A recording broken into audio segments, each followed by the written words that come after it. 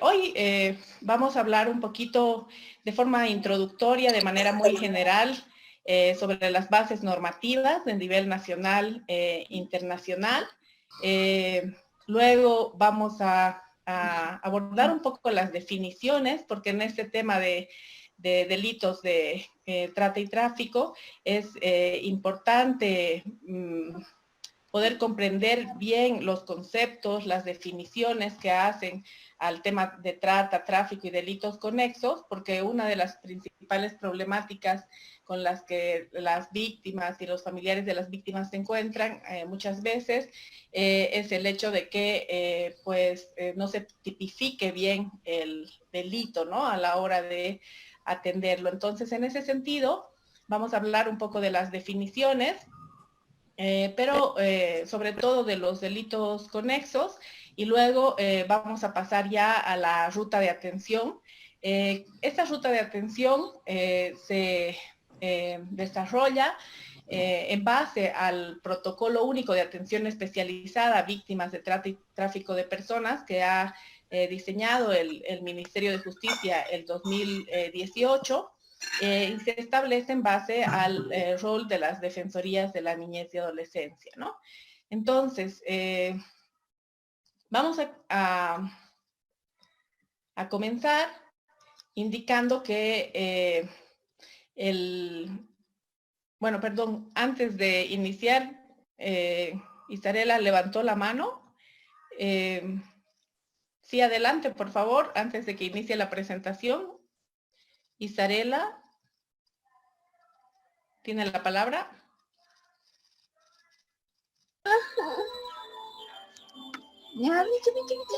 Isarela. Bueno, no responde. Entonces, para tener un poco la dinámica de la presentación, les voy a pedir, por favor, que podamos anotar las preguntas, y voy a ir parando en ciertos momentos para que vayan planteándolas. Entonces, lo que les decía, ¿no?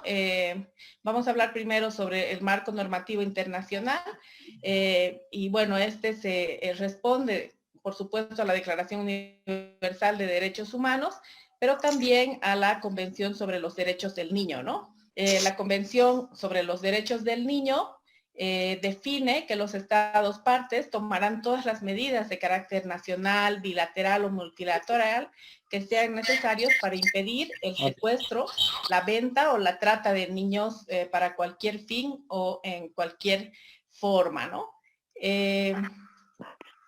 Asimismo, la Convención sobre la Eliminación de todas formas de discriminación contra la mujer determina el rol de los estados respecto al tema de la explotación a la que se puedan ver sujetas las mujeres, ¿no? Y también tenemos la Convención Interamericana sobre el Tráfico Internacional de Menores, que es de 1996, por eso utilizan la terminología de menores, que se refiere a los menores de edad, o sea, las niñas, niños y adolescentes. Y esta convención determina que el objeto de la convención es precisamente brindarles protección a los derechos fundamentales y velar por el interés superior del niño para prevenir y sancionar el tráfico internacional de menores de edad, así como la regulación de los aspectos civiles y penales, ¿no? Entonces, en este sentido, define que los estados parte de la convención se obligan a asegurar la protección de las niñas, niños y adolescentes, considerando el interés superior de los mismos, también a asegurar un sistema de cooperación jurídica entre los estados parte para poder garantizar la prevención y la sanción del tráfico internacional de niños, niñas y adolescentes, y también asegurar la pronta restitución del niño y adolescente víctima de tráfico internacional para que pueda llegar pronto al estado de su residencia habitual, ¿no? Además de este marco normativo internacional, contamos también con la Convención contra la Tortura y otros tratos o penas crueles, inhumanas o degradantes, también con el protocolo para prevenir, reprimir y sancionar la trata de personas, especialmente de mujeres y niños, que es el protocolo de Palermo. También tenemos un marco normativo en el Estatuto de Roma, en el protocolo facultativo de la Convención sobre los Derechos del Niño relativo a la venta de niños, prostitución infantil y la utilización de niños y la pornografía. Además de la Convención de las Naciones Unidas contra la Delincuencia Organizada Transnacional y sus protocolos, ¿no? Además de esto, tenemos a nivel nacional la propia Constitución Política del Estado, que tiene una articulación específica respecto a la trata y tráfico de personas, y tenemos una amplia normativa que se define en la Ley 263 contra la trata y tráfico de personas, promulgada el 2012, ¿no? Y a partir de ella contamos con el Consejo Plurinacional contra la Trata y Tráfico de Personas y con consejos departamentales, ¿no? Además del reglamento correspondiente, ¿no? Y vinculada a esta normativa específica que tenemos en la Ley 263 contra la trata y tráfico de personas, pues tenemos también la Ley 348 y contra toda forma de violencia, ¿no?, hacia la mujer, y también el Código Niño, Niña, Adolescente, que definen aspectos específicos en relación al tema de trata y tráfico, ¿no? La Constitución Política del Estado, como les decía, en el artículo 15, parágrafo 5, define que ninguna persona podrá ser sometida a servidumbre ni esclavitud y se prohíbe la trata y tráfico de personas, ¿no? Y el artículo 61 prohíbe el trabajo forzado y la explotación infantil. Además de este marco normativo, tenemos un amplio desarrollo de marco normativo en Bolivia, desde el Código Penal, el Código de Procedimiento Penal. Tenemos una ley de protección a víctimas de delitos contra la libertad sexual, que es la ley número 2033.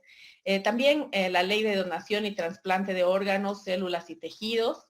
La ley de búsqueda y registro y difusión de niños y adolescentes extraviados. La Ley de Protección Legal de Niñas, Niños y Adolescentes, la Ley de Desarrollo y Seguridad Fronteriza y una serie de normativas específicas como la Ley de Migración que hacen a competencias de ciertas instancias que participan, pues, ya sea en la prevención o atención de la trata y tráfico, ¿no? Además de esto, en Bolivia se ha desarrollado también un marco de política pública. Además de las leyes y los tratados internacionales, en Bolivia contábamos con un plan nacional de lucha contra la trata y tráfico del 2015 al 2019 y un plan multisectorial de desarrollo integral para la lucha contra la trata y tráfico de personas del 2016 al 2020. Y también el 2012 se presentó por el Ministerio de Justicia el protocolo único de atención especializada a víctimas de trata y tráfico de personas. Y posteriormente este protocolo fue actualizado y el 2018 se presenta el protocolo único de atención especializada a víctimas de trata y tráfico de personas y la ruta de intervención, pero este protocolo no ha sido publicado, ¿no?, en formato digital, es que se ha presentado en varias instancias de difusión del mismo, ¿no? Sin embargo, es el protocolo que tiene más actualizada la información, ¿no? Luego, también tenemos por parte de la Policía Boliviana el manual contra la trata y tráfico de personas, el manual de investigación, y también contamos con un protocolo de repatriación de víctimas de trata y tráfico de personas de nacionalidad boliviana en el exterior, ¿no?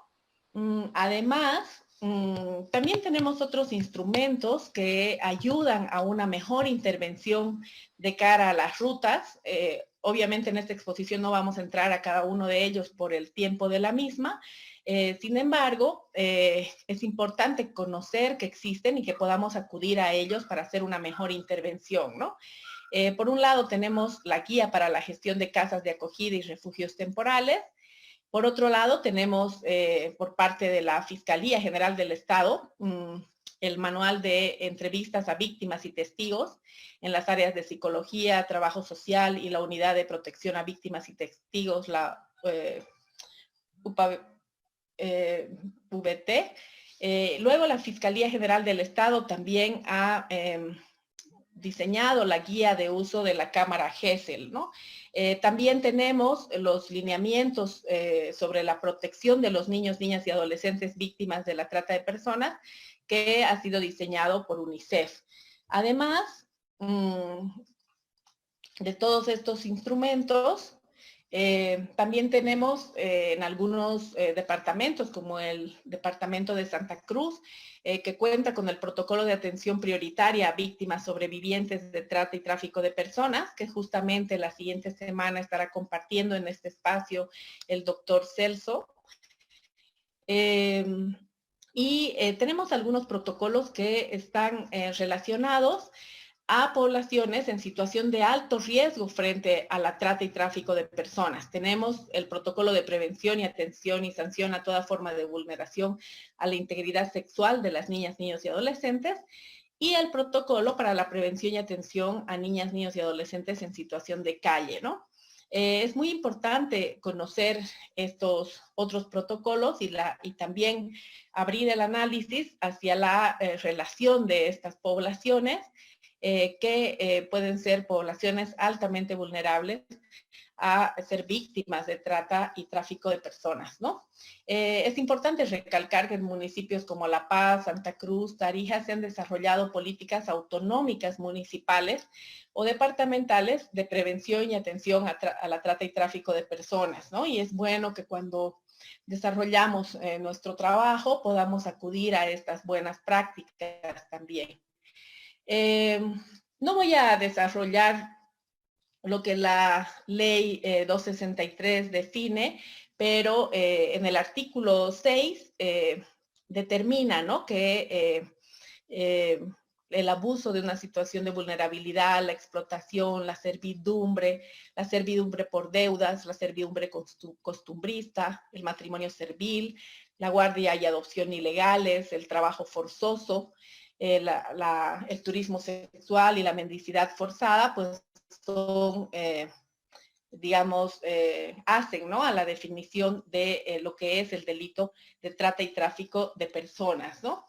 Sin embargo, creo que sí es necesario identificar, ¿no?, que las víctimas de trata de personas son todas aquellas personas que han sufrido la captación, el traslado, la acogida o la recepción por cualquier medio de engaño, por intimidación o abuso de poder y uso de fuerza o coacción o amenazas, y la situación de dependencia o vulnerabilidad, además de la concesión de pagos o beneficios a una persona que tenga autoridad sobre la víctima, ¿no?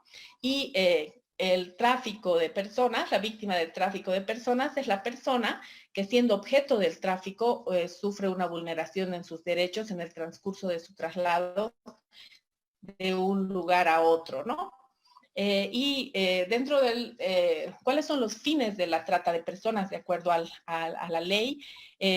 Pueden ser la venta u otros actos de disposición del ser humano con o sin fines de lucro, la extracción para venta, disposición ilícita de fluidos o líquidos corporales, células, órganos o tejidos, la reducción de esclavitud o estado análogo, como ya decía antes, la explotación laboral o trabajo forzoso o cualquier forma de servidumbre, la servidumbre costumbrista, la explotación sexual comercial, el embarazo forzado, el turismo sexual, la guarda o adopción, la mendicidad forzada, ya lo decía antes, el matrimonio servil, el reclutamiento de personas por su participación en conflictos armados, el empleo en actividades delictivas y la realización ilícita de investigaciones biomédicas, ¿no?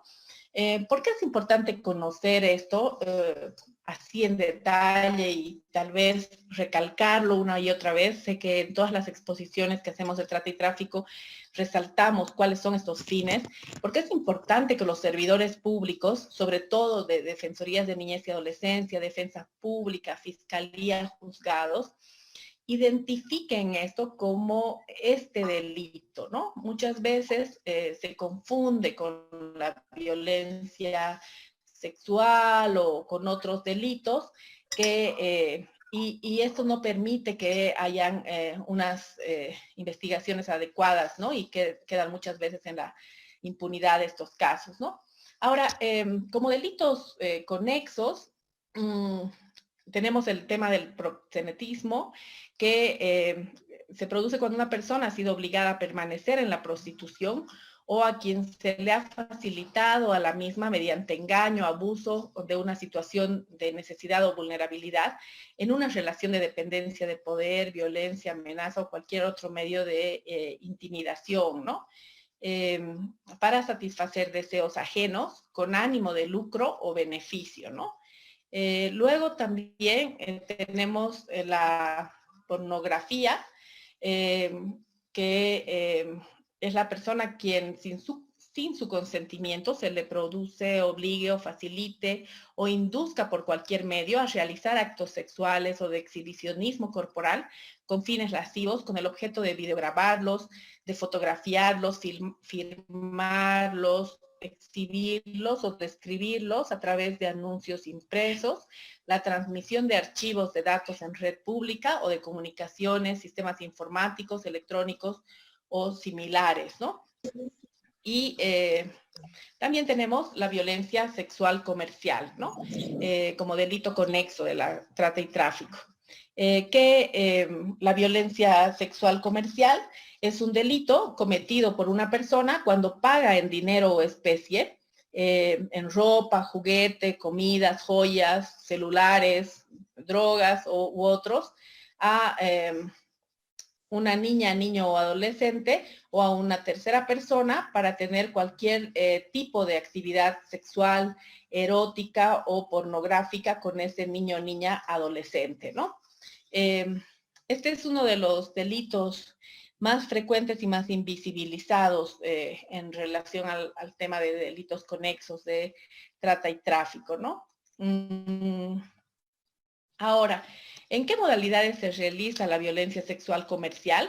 Se realiza a través del turismo sexual, por ejemplo, ¿no? Que son paquetes turísticos que incluyen ofertas de servicios sexuales o mensajes de belleza natural, utilizando, ¿no? El cuerpo de niñas, niños o adolescentes como atracción turística. También, ¿no? En relación a la trata y al tráfico de niños o adolescentes con fines sexuales, ¿no? La trata de personas se produce cuando el engaño para la captación, transporte o traslado o acogida o recepción de los niños se produce con un fin de violencia sexual comercial o esclavitud sexual, ¿no? Y lo mismo en relación al tráfico de niños o adolescentes con fines sexuales, ¿no?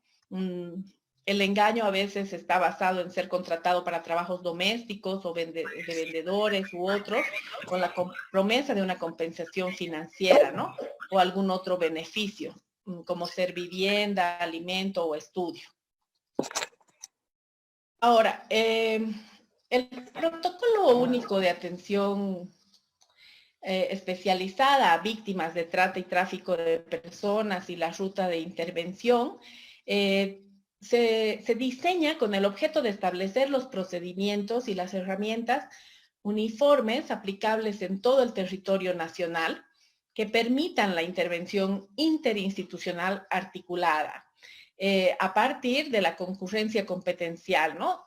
Todos sabemos que de acuerdo a las diferentes normativas, cada instancia pública o las entidades de sociedad civil también que participan en este sistema de protección, digamos, y atención frente a delitos de trata y tráfico de personas, tienen sus propias atribuciones o competencias o responsabilidades y es importante que confluyan, que se articulen para poder responder de manera efectiva a este delito, ¿no?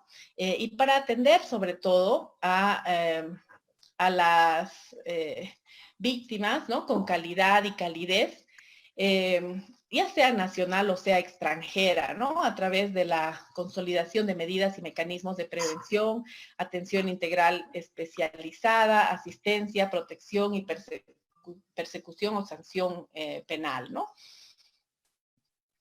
Entonces, este protocolo define, ¿no?, cómo el proceso delictivo se produce en la captación, traslado y acogida, y con la finalidad de la explotación, ¿no? Entonces, este sistema de atención, protección y reintegración a víctimas fundamenta sus acciones en un enfoque de trabajo de restitución de derechos. Es decir, que mediante el funcionamiento de este, se pretende recuperar los derechos vulnerados por el delito al que se vieron enfrentados las víctimas, ¿no? Proporcionándoles no solamente protección a ellos y a sus familias generalmente, sino también estrategias que les permitan sobrellevar lo sucedido y poder reintegrarse a lo social y económicamente, ¿no? Entonces, es muy importante en este punto que recordemos el artículo 15 de la ley 263, ¿no?, que define cómo están compuestos los consejos departamentales. Se define, ¿no?, que los consejos departamentales es la instancia máxima de coordinación y representación para formular, aprobar y ejecutar la política departamental de lucha contra la trata y tráfico de personas y delitos conexos, ¿no? Entonces, es importante que seamos conscientes de que los consejos departamentales contra la trata y tráfico de personas no solamente formulan los planes departamentales contra la trata y tráfico de personas, sino que son la instancia de coordinación para, además de aprobar, ejecutar, o sea, implementar coordinada y articuladamente todos los artículos que determinan, ¿no?, en este caso la ley 263 de lucha contra la trata y tráfico de personas. Entonces, tenemos que comenzar a pensar en los consejos departamentales como la instancia operativa de referencia y contrarreferencia. No solamente, ya decía, para la articulación de diseño de planes o de prevención. También los consejos están llamados por ley a ejecutar las políticas departamentales contra la trata y tráfico de personas, ¿no? Y bueno, en este caso, recordamos que está compuesto por el gobernador o gobernadora, las alcaldesas o alcaldes, según corresponda. En el caso de La Paz también participará el Alto. Luego está conformado por el comandante departamental de la Fuerza Especial de Lucha contra el Crimen, la Jefatura Departamental de Trabajo, que tiene un rol muy importante en la fase de restitución ya de derechos a nivel de los derechos laborales, ¿no? La Dirección Departamental de Migración, la Dirección de Servicio Departamental de Educación, que tiene un rol tanto a nivel preventivo como a nivel también de restitución de derechos, cuando se tiene que reincorporar a las niñas, niños, adolescentes que han sido víctimas de trata y tráfico al sistema educativo, ¿no? Luego tienen que, también está formado por la Dirección del Servicio Departamental de Gestión Social, la Fiscalía Departamental, los representantes de la Defensoría del Pueblo y representantes de sociedad civil organizada de acuerdo a reglamentación, ¿no? En cada ciudad, en cada departamento será diferente la participación de la sociedad civil organizada y, por ejemplo, hay departamentos como La Paz, que tienen una articulación y coordinación muy directa con organizaciones, por ejemplo, como Munasin Cuyaquita, que tienen ya sea centros o que tienen la posibilidad de colaborar con traslados de urgencia u otros, porque trabajan permanentemente en este tipo de temas, ¿no? Entonces es fundamental que también las autoridades, de cara a la ruta de atención de las niñas, niños y adolescentes víctimas de trata y tráfico, identifiquen a todas las entidades de sociedad civil, a todas las ONGs, fundaciones, que cuentan con diferentes prestaciones, ya sea para acogimiento en directa coordinación con el Estado,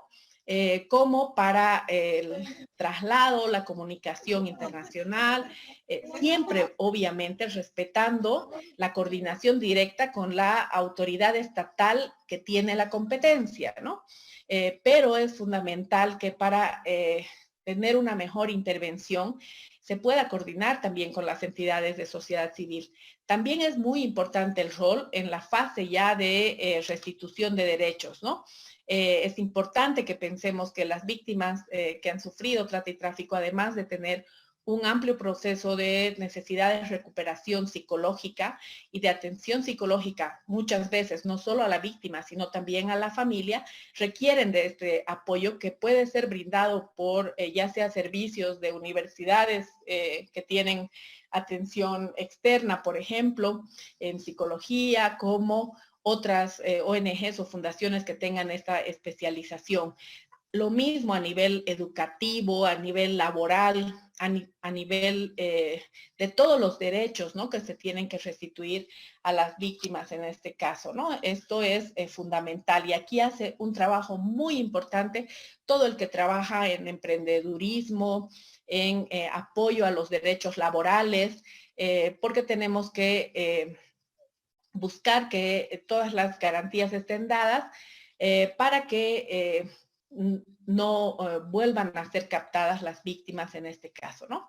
Entonces, es muy importante recordar esto y bueno, todo esto ya estará regulado en los reglamentos de los consejos departamentales contra la trata y tráfico de personas, ¿no?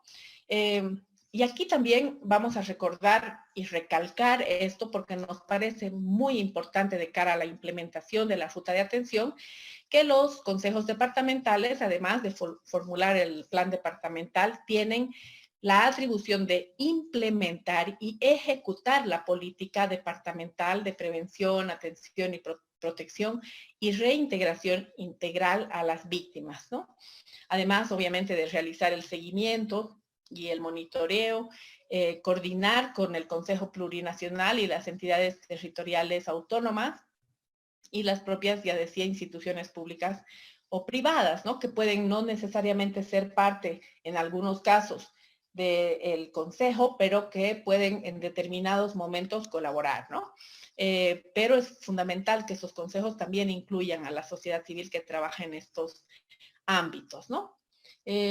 Ahora, también quería, aquí voy a parar un ratito de compartir la pantalla antes de entrar ya a lo que significa propiamente la ruta de atención que les hemos traído hoy día, para poder abrir preguntas, no sin antes aprovechar también para poder explicar, me había saltado una parte que creo que es importante, que, por ejemplo, lo define el gobierno departamental de Santa Cruz en su protocolo, que diferencia, ¿no?, la trata interna de la trata externa, ¿no? Hace esta diferencia conceptual diciendo que la trata interna es el proceso de reclutamiento, traslado, explotación de la víctima dentro de las fronteras de un mismo país, ¿no?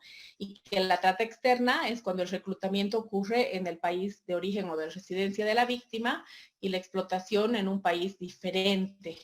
Y existe o debió existir un cruce de fronteras, ¿no? Aquí, bueno, relacionan ellos en este concepto la trata y tráfico de personas, ¿no? Pero es importante también, bueno, abordar este tipo de conceptos que nos presentan quienes trabajan directamente en el tema, ¿no? Ahora, también quería comentar, ¿no?, que se considera que existe una conexitud entre el delito de trata de personas y el de violencia sexual comercial, cuando el tratante vende o alquila el cuerpo del niño, niña o adolescente al cliente como mercancía sexual, ¿no? y se considera que existe una conexión entre el delito de proxenetismo y el de violencia sexual comercial en los casos en los que el llamado proxeneta comercializa sexualmente a un niño o niña adolescente, en este caso, ¿no? Quien paga en dinero, especie, al proxeneta será quien comete violencia sexual comercial. Esto es muy importante de cara a la tipología, que es lo que indicaba anteriormente, ¿no? Entonces, no sé si hasta aquí hay alguna consulta o comentario antes de que podamos pasar ya a la ruta de atención propiamente dicha que hemos traído a compartir en este espacio. Tienen la palabra, por favor. No sé si es que hay alguna pregunta que se ha planteado tal vez a nivel del Facebook o si nos pueden apoyar. Creo que no hay una pregunta que se haya planteado hasta ahora, pero bueno, si tienen una pregunta hasta esta parte, luego vamos a entrar a la ruta propiamente dicha, como les decía. Ahí yo he revisado. No se escucha muy bien, Celso, ahí se interrumpe la comunicación. No, Claudia. he revisado, sí, pero no he visto preguntas en el chat. Muchas gracias. Gracias. Claudia Moncari Peñafiel, levanta la mano, por favor, tiene la palabra. Buenas tardes. Mi Buenas tardes. pregunta era sobre la mendicidad forzada. Pasa que aquí en Sí. Santa Cruz, por ejemplo, se ve mucho lo que son los niños pidiendo monedas en las rotondas, en las plazas y en todos los lugares. Entonces, no sé, mi pregunta sería si ese no es un tipo de mendicidad forzada y qué es lo que se hace para contrarrestar eso, ¿no? Porque en muchas ocasiones son sus padres los que los ponen en esa situación incluso de peligro, porque 11, 12 de la noche los niños siguen en las calles pidiendo moneda. Esa sería mi pregunta. Gracias. Hay que ver el caso por caso, ¿no? En o sea, muchas veces se produce el caso que usted menciona, pero es importante identificar que la mendicidad forzada consiste en forzar a un niño o adolescente o a una persona adulta a pedir dinero u otros beneficios de la calle o de cualquier otro lugar público o privado, ¿no? En favor de un tercero. Puede suceder en el caso que usted menciona que los padres o madres sean los que estén cometiendo este delito, ¿no? Esto es caso por caso, ¿no? Pero cuando se produce esto, pues las defensorías de la niñez y adolescencia debieran analizar el caso de forma integral y debieran proceder con la correspondiente denuncia, ¿no?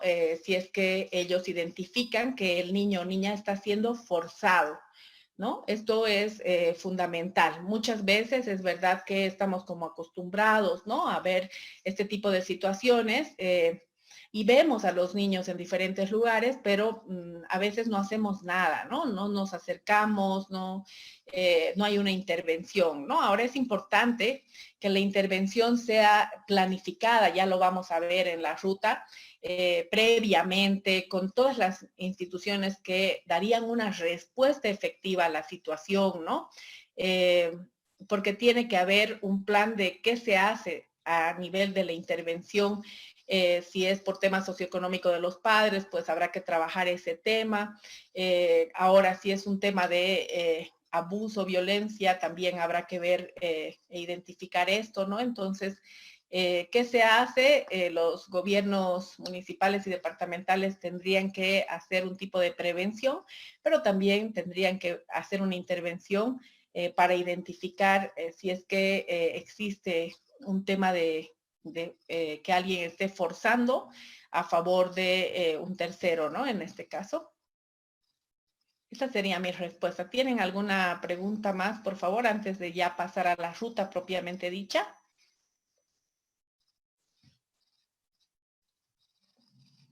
Maribel Terceros.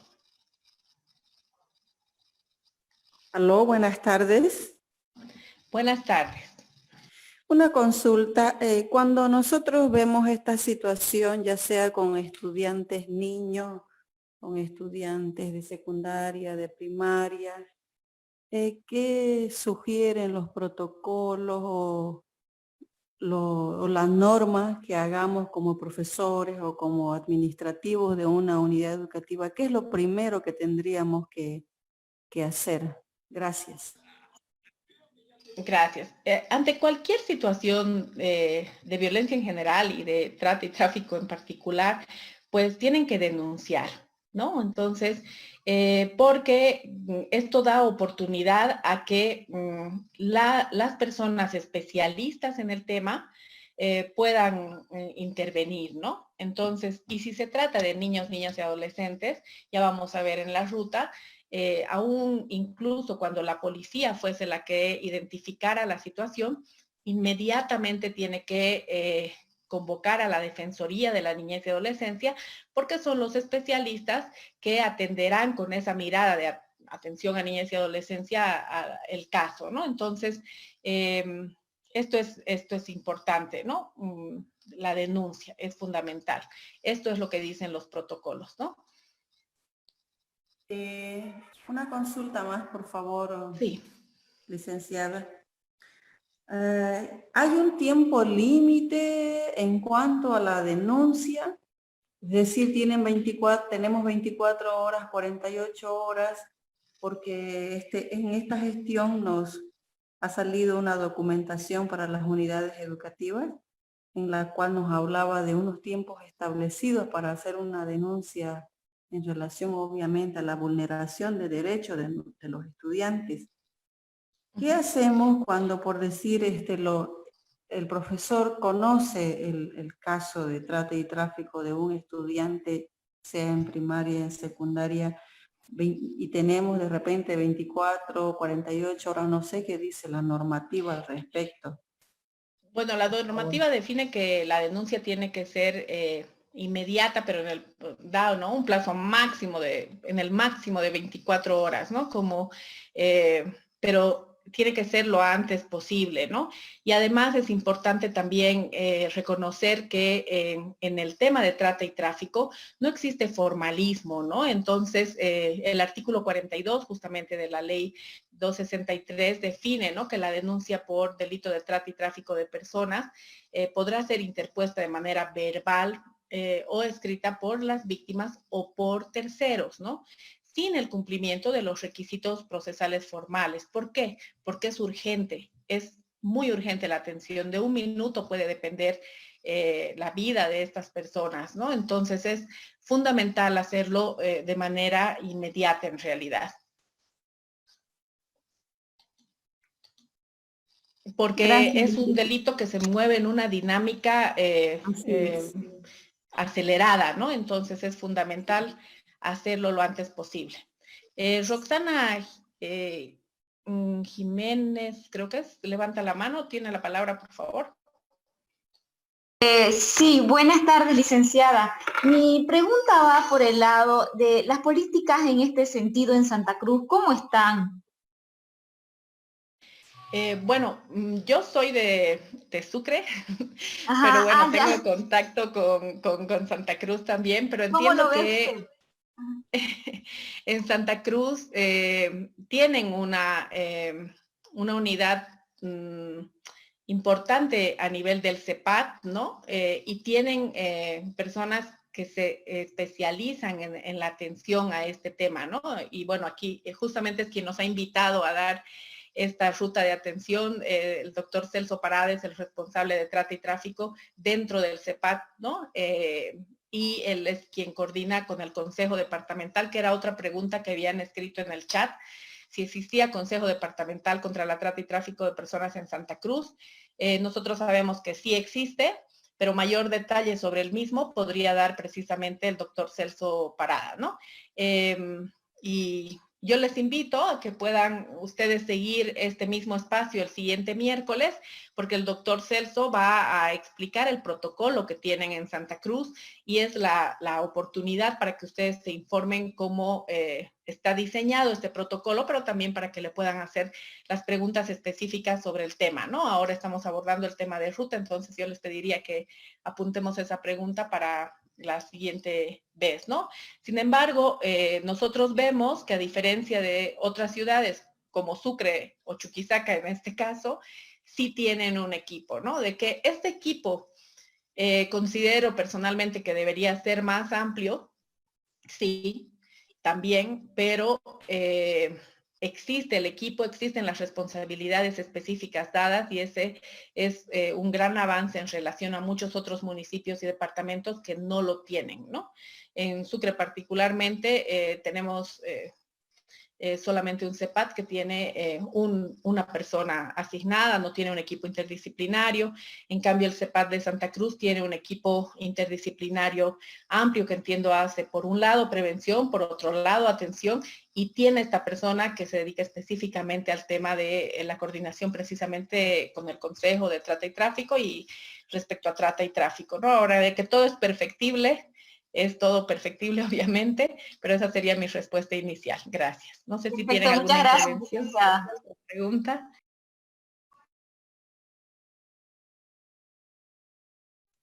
Ahí, si me permite, podría reforzar un poquito la respuesta del término que preguntaba una profesora, una directora que es una educativa.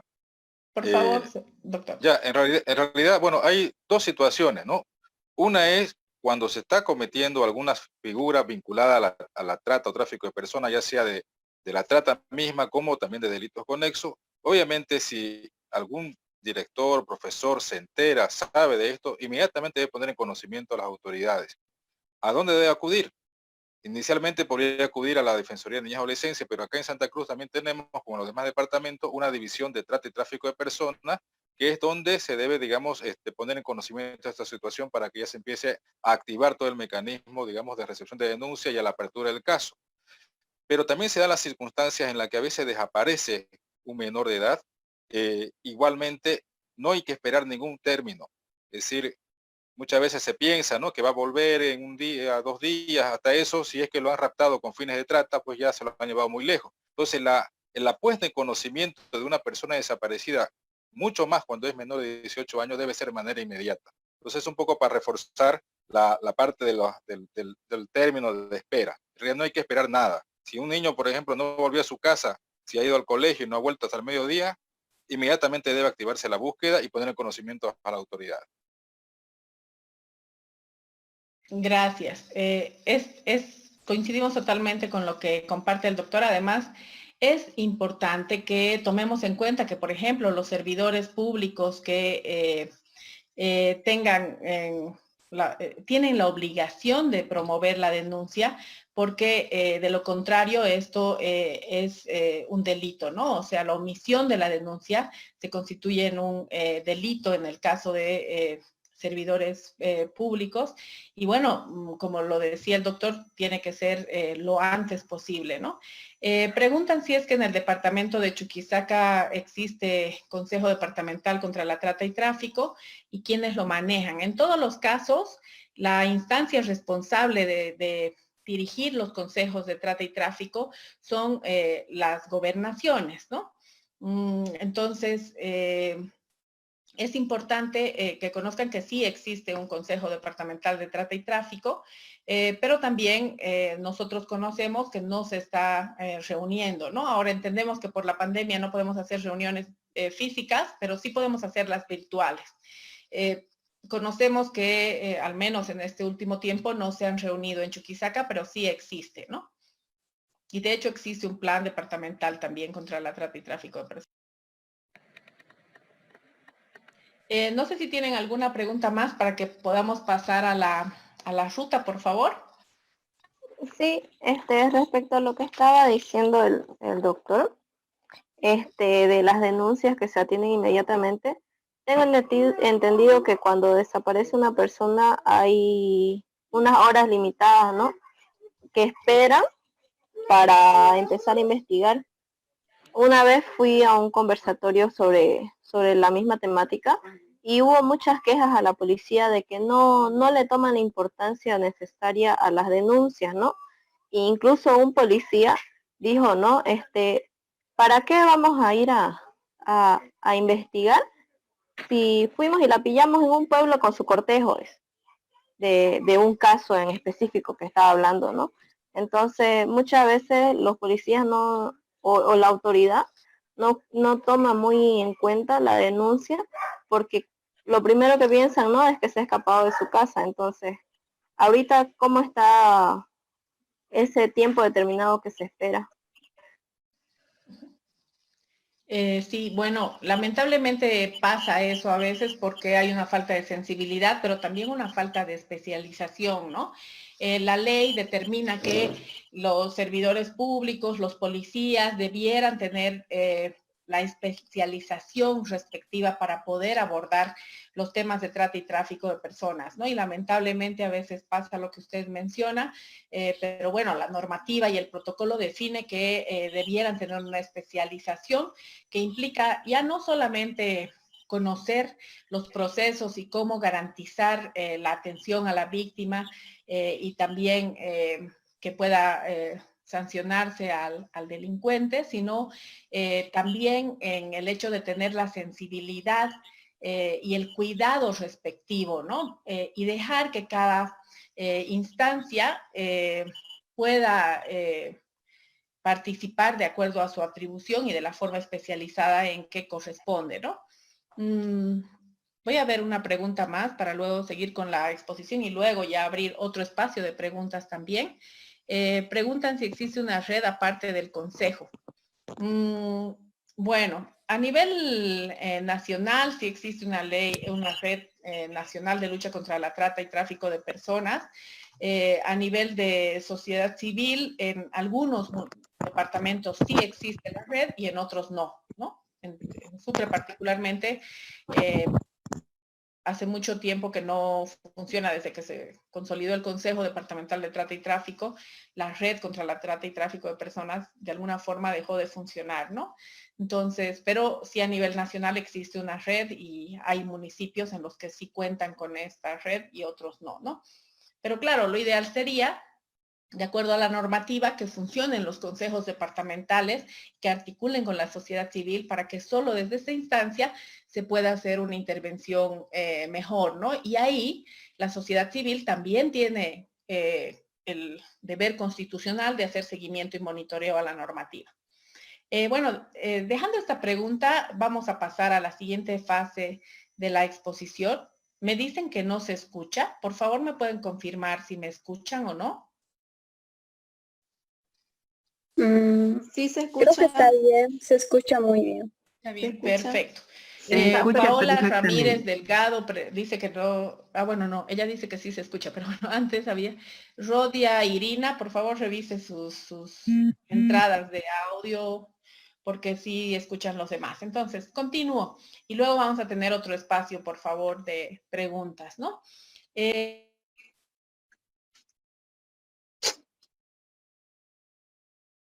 Perdón, para abordar la ruta específicamente, quería antes recordar, ¿no?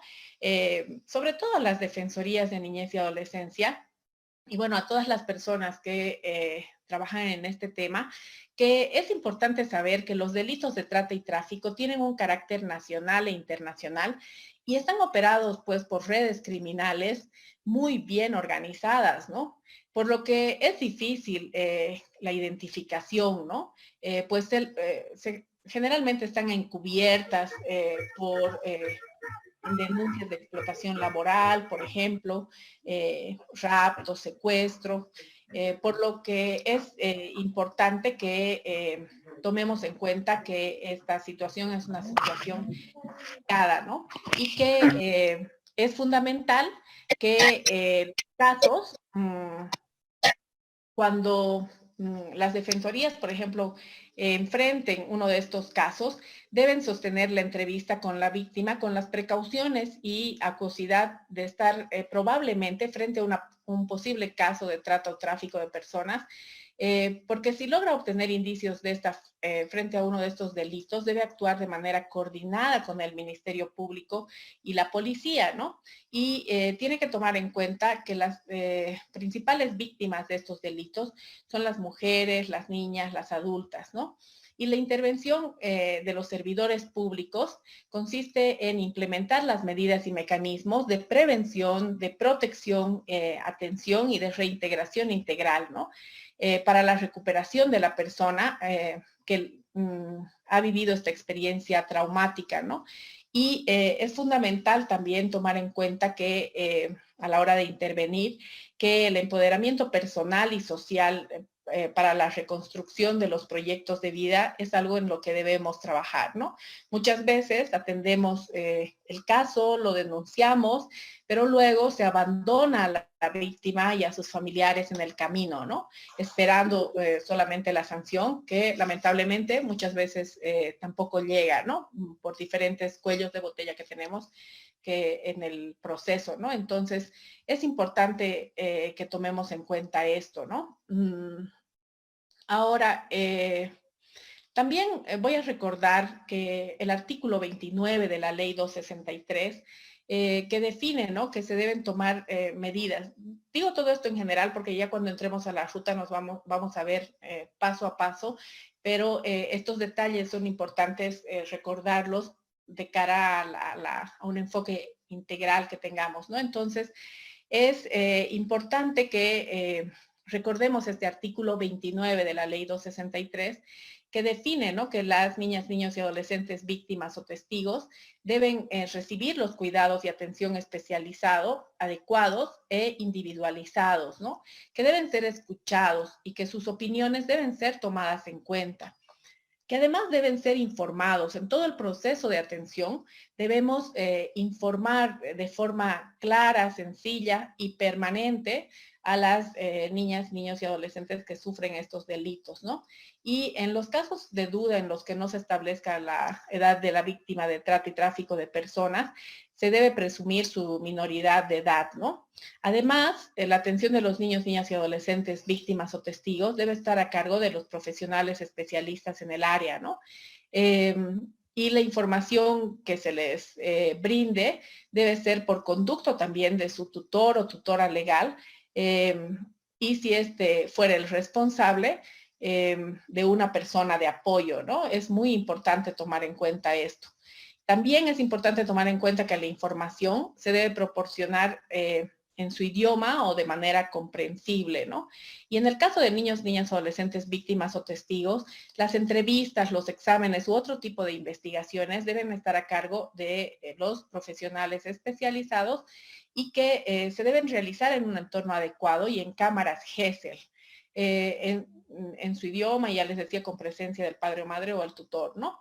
Y en las actuaciones judiciales se debe realizar la audiencia reservada sin presencia de medios de comunicación, porque no nos olvidemos que en estos delitos, estas redes criminales pues tienen una alta injerencia de amenaza, ¿no?, a la víctima y a sus familias generalmente, ¿no? Y durante el proceso judicial deben recibir los niños el apoyo de la Unidad de Atención Especializada para Víctimas y Testigos del Ministerio Público. La ruta que les voy a compartir a continuación es una ruta que se hace en el marco ideal, digamos, de que se cuenten con todas las instancias correspondientes, ¿no? Sabemos que lamentablemente en los municipios rurales hay una mayor dificultad de disponibilidad de personal en las diferentes instancias que atienden, ¿no? Pero, bueno, veamos qué pasa en esta ruta, ¿no? ¿Ven la pantalla? Por favor, ¿me pueden confirmar? Sí, se ve. Se ve. Perfecto. Se ve. Entonces, vamos a hablar primero de la prevención antes de entrar a la ruta de atención propiamente dicha. Entonces, la prevención está definida, ¿no?, en los artículos 29 y 30 de la ley 263, ¿no? Y define que bajo la coordinación del Consejo Departamental de Lucha contra la Trata y Tráfico, en el ámbito educativo, de manera informal, se debe impulsar, organizar y desarrollar actividades de información y concientización dirigidas a la ciudadanía, ¿no? Luego, en el ámbito comunicacional, los medios de comunicación son los que deben contribuir a la lucha contra la trata y tráfico de personas a través de la difusión gratuita, además de espacios informativos en aquellos casos de desaparición de personas, ¿no? También se define que en el ámbito laboral, el Ministerio de Trabajo y Seguridad Ciudadana tienen que estar a cargo de este ámbito de prevención y que en este caso las defensorías deben coordinar con las instancias correspondientes el control y cumplimiento de las disposiciones establecidas para viajes, ¿no? Este es un aspecto muy importante de cara a la prevención de la trata y tráfico de personas, ¿no? Los controles de viaje. Entonces, esta ruta que les presento es una ruta hecha en base al protocolo, pero de cara a tomar en cuenta el rol de las defensorías de niñez y adolescencia. Entonces, aquí es importante recalcar que para el tema de prevención, las defensorías de niñez y adolescencia tienen que ser parte y tienen que coordinar con el Consejo de Trata y Tráfico, ¿no? Ahora, un segundito, por favor, que voy a abrir otra presentación que está un poquito más clara.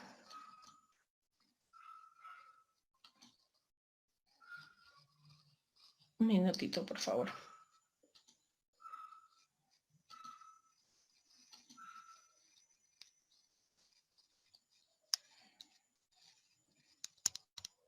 Ahora.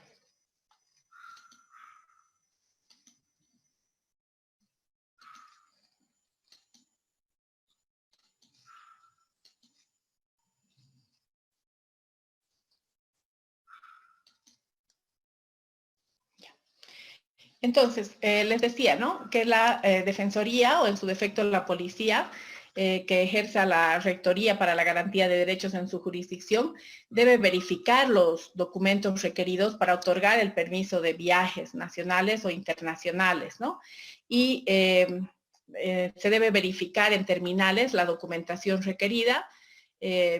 Son las instancias correspondientes, son la policía, el Ministerio de Gobierno, el Ministerio Público, las defensorías, las Fuerzas Armadas y otras instancias que combaten la trata y tráfico de viajes. Aquí es muy importante todo el tema de control en trancas, ¿no?, cuando son viajes por orden terrestre y todo esto, ¿no? Entonces, también es importante resaltar para este tema de prevención que los viajes al exterior deben ser expresamente autorizados por el juez en materia de niñez y adolescencia, ¿no? Y la Dirección de Migración es la que debe controlar y autorizar la salida, ¿no? Esto queríamos resaltar en el tema de prevención antes de entrar ya a la ruta de atención propiamente dicha, ¿no? Ahora, pero antes de continuar, es importante resaltar que a este nivel de prevención, si las defensorías de niñez y adolescencia ya conocen, ¿no?, que en el ámbito educativo se tiene que desarrollar concientización, información sobre estos temas, es fundamental que la Defensoría de Niñez y Adolescencia impulse, organice y desarrolle estas actividades de concientización, ¿no? Coordinando con las instancias educativas en este caso, ¿no? Entonces, la Defensoría, en el caso de verificar los requisitos para otorgar el permiso de viajes nacionales e internacionales, debe, cuando se trate de niños y adolescentes acompañados por la madre, padre, tutor o guardador, lo que debe hacer es revisar, ¿no? El documento de identidad de la madre o padre, la cédula de identidad de los niños, el certificado de nacimiento. Y adicionalmente, en caso de que los niños viajen acompañados solo por la madre o padre, deberán presentar los documentos de identificación y la autorización escrita de la madre o padre que no viaja, ¿no? O el poder especial para personarse a tramitar la verificación de documentos, ¿no? O presentar dos garantes, ¿no? Adicionalmente, en el caso de que no se cuente con la autorización de la madre o padre, deberá presentar la documentación respectiva que evidencia la imposibilidad de autorización, ¿no? Ya sea el certificado de defunción o así. Además, en el caso de las niñas y adolescentes que viajen solos o acompañados por familiares o terceros, deberá presentarse la autorización escrita de padres o madres o el guardador o tutor, ¿no? O en su defecto la documentación respectiva que evidencia la imposibilidad de autorización, ¿no?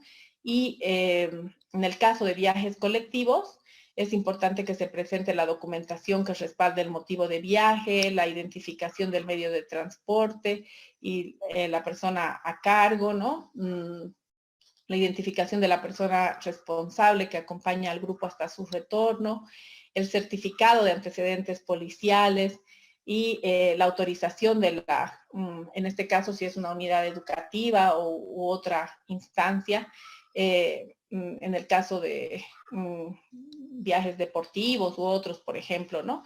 Y en el caso de que el adolescente a partir de los 12 años viaje solo o por vía terrestre, debe contar con la autorización expresa de los progenitores, ¿no?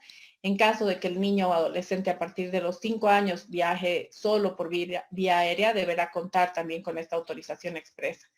Recalco todos estos aspectos porque son precisamente los aspectos que van a prevenir que las niñas y niños no estén expuestos al tema de trata y tráfico de personas, ¿no? Entonces, ahora,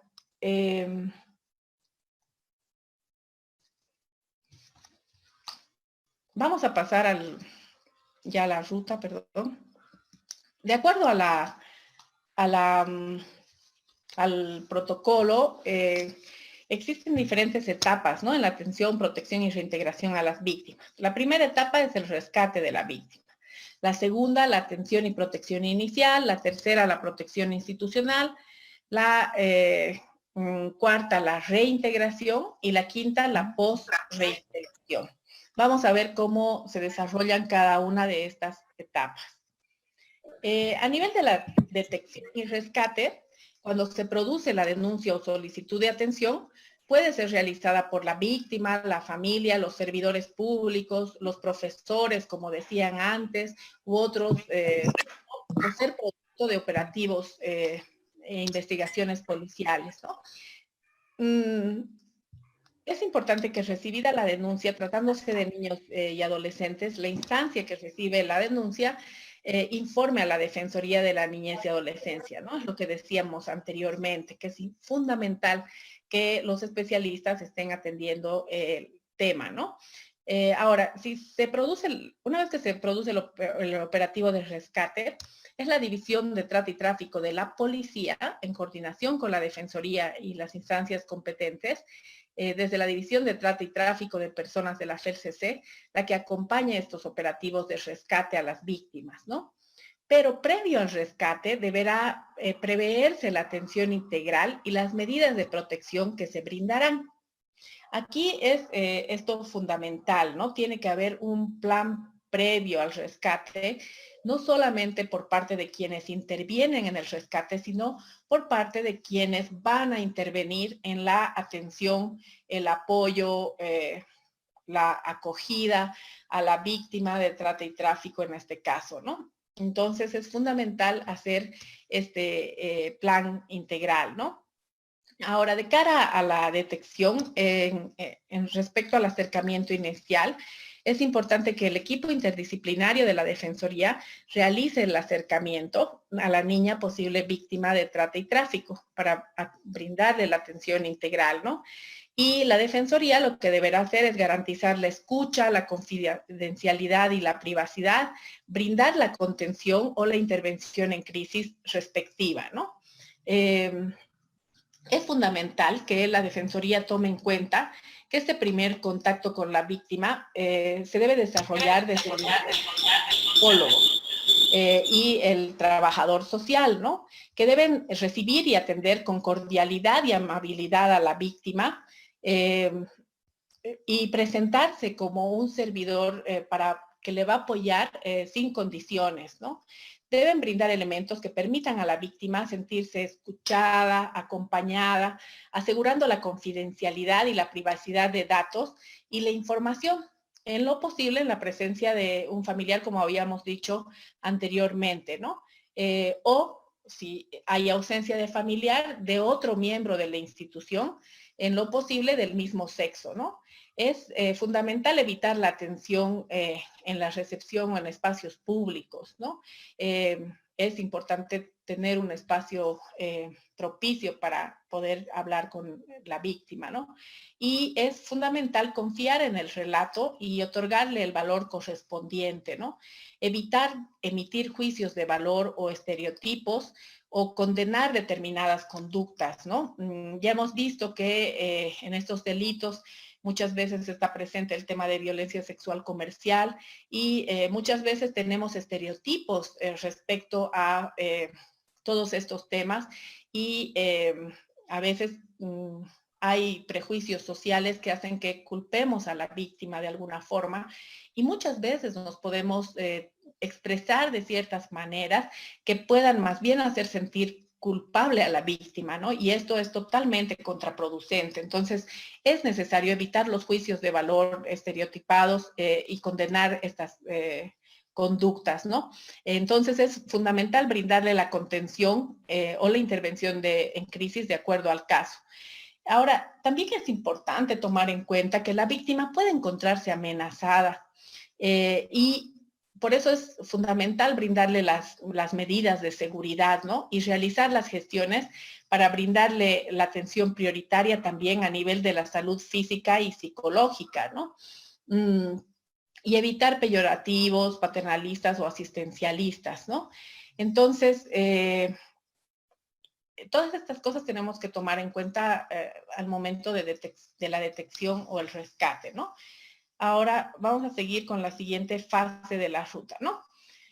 Respecto a la atención y protección inicial, es importante que comprendamos que el abordaje integral puede comprender el acogimiento circunstancial, la asistencia integral, ¿no?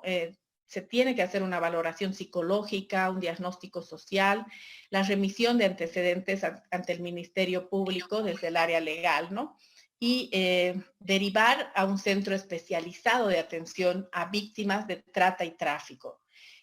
Sabemos que en muchos departamentos, en muchos municipios carecemos de estos centros especializados para víctimas de trata y tráfico, pero es fundamental que las autoridades tomen en cuenta que esto es necesario, ¿no? Y que les deben brindar las condiciones de protección y evitar la revictimización, ¿no? Y además es muy importante también llevar el registro en todos los momentos, ¿no? de atención. La Defensoría para esto debe realizar las gestiones para la atención prioritaria de emergencia, ya decía, en la salud física o sexual. Y en los temas de violencia sexual comercial es importante que se apliquen las pruebas de embarazo, ARBS, ILE, ¿no? De acuerdo a la sentencia constitucional 0206-2014, ¿no? Esto es, a veces, son aspectos que no tomamos en cuenta y son fundamentales en esta etapa, ¿no? Ahora, la protección institucional se va a producir a partir de la articulación de referencia y contrarreferencia. La Dirección General de Trata y Tráfico de Personas, en coordinación con los consejos departamentales, van a permitir que haya toda una red interinstitucional de atención a la situación, ¿no? Y se debe diseñar el plan de reintegración que es diseñado por, entre la víctima y el equipo del CEPAT, el equipo interdisciplinario del CEPAT, ¿no? Para lograr una reintegración, la recuperación psicológica y el seguimiento, ¿no? Además, la Defensoría de Niñez y Adolescencia tiene que hacer el seguimiento y proporcionar la atención interdisciplinaria y coordinar permanentemente con el CEPAT, ¿no? Los formularios de referencia y contrarreferencia. Luego, en la fase de persecución y sanción penal, la UPABT del Ministerio Público debe brindar el apoyo en el proceso judicial y coordinar con la Defensoría la aplicación de medidas de protección, ¿no? Es fundamental tomar en cuenta todas las medidas de protección a víctimas y testigos que se pueda dar. Pasamos a la etapa preliminar de la denuncia, donde la víctima debe ser escuchada en el proceso y es fundamental tomar en cuenta que si la víctima desiste, la Defensoría de Niñez y Adolescencia debe continuar la demanda, ¿no?